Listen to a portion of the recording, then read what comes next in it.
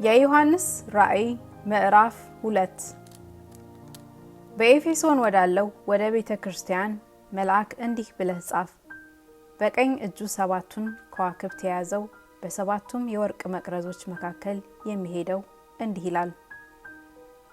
ስራህንና ድካምህን ትዕግስትህንም አውቃለሁ። ክፉዎችንም ልትታገስ እንዳትችል እንዲሁም ሳይሆኑ ሐዋርያት ነን የሚሉትን መርምረህ ሐሰተኞች ሆነው እንዳገኛቸው አውቃለሁ። ታግሰህማል። ስለ ስሜም ብለህ ጸንተህ አልደከምህም። ዳሩ ግን የምነቅፍብህ ነገር አለኝ፣ የቀደመውን ፍቅርህን ትተሃልና። እንግዲህ ከወዴት እንደወደቅ አስብ፣ ንስሐም ግባ፣ የቀደመውንም ስራህን አድርግ። አለዚያ እመጣብሃለሁ፣ ንስሐም ባትገባ መቅረዝህን ከስፍራው ወስዳለሁ። ነገር ግን ይህ አለህ፣ እኔ ደግሞ የምጠላውን የኒቆላውያንን ስራ ጠልተሃልና። መንፈስ ለአብያተ ክርስቲያናት የሚለውን ጆሮ ያለው ይስማ። ድል ለነሳው በእግዚአብሔር ገነት ካለው ከሕይወት ዛፍ እንዲበላ ሰጠዋለሁ።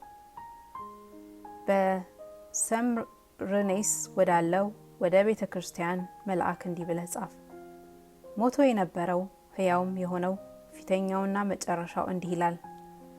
መከራህንና ድህነትህን አውቃለሁ፣ ነገር ግን ባለጠጋ ነህ።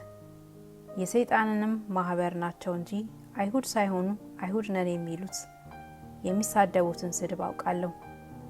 ልትቀበለው ያለህን መከራ አትፍራ። እነሆ እንድትፈተኑ ዲያብሎስ ከእናንተ አንዳንዶቻችሁን በወህኒ ሊያስገባችሁ አለው። 10 ቀንም መከራ ትቀበላላችሁ። እስከ ሞት ድረስ የታመንህ ሁን፣ የሕይወትንም አክሊል እሰጥሃለሁ። መንፈስ ለአብያተ ክርስቲያናት የሚለውን ጆሮ ያለው ይስማ። ድል የነሳው በሁለተኛው ሞት አይጎዳም። በጴርጋሞንም ወዳለው ወደ ቤተ ክርስቲያን መልአክ እንዲህ ብለህ ጻፍ። በሁለት ወገን የተሳለ ስለታም ሰይፍ ያለው እንዲህ ይላል። የሰይጣን ዙፋን ባለበት የምትኖርበትን አውቃለሁ፣ ስሜንም ትጠብቃለህ። ሰይጣንም በሚኖርበት በእናንተ ዘንድ የተገደለው የታመነው ምስክሬ አንቲጳስ በነበረበት ዘመን እንኳን ሃይማኖቴን አልካድህም።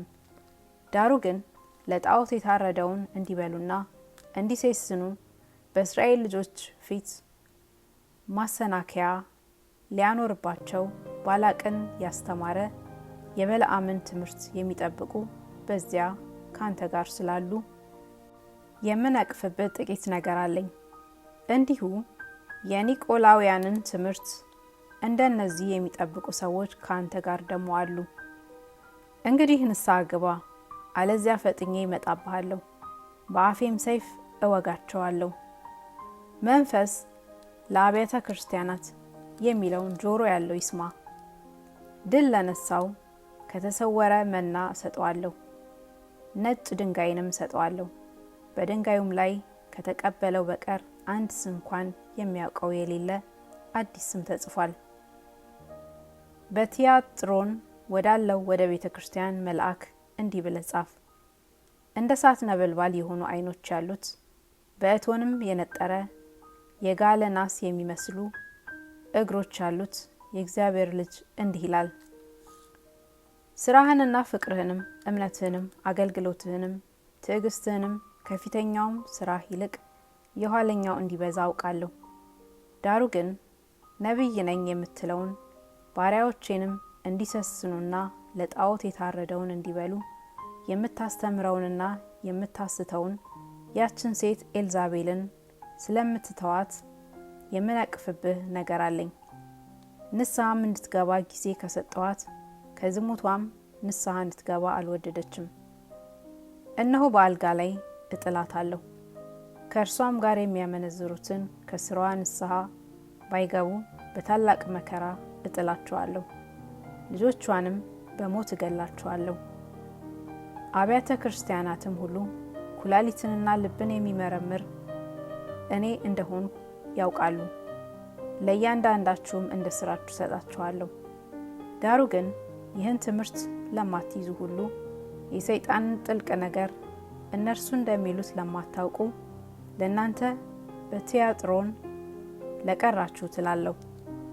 ሌላ ሸክም አልጭንባችሁም፣ ነገር ግን እስክመጣ ድረስ ያላችሁን ጠብቁ። ድል ለነሳውና እስከ መጨረሻም ስራዬን ለጠበቀው እኔ ደግሞ ከአባቴ እንደተቀበልኩ በአሕዛብ ላይ ስልጣንን ሰጠዋለሁ።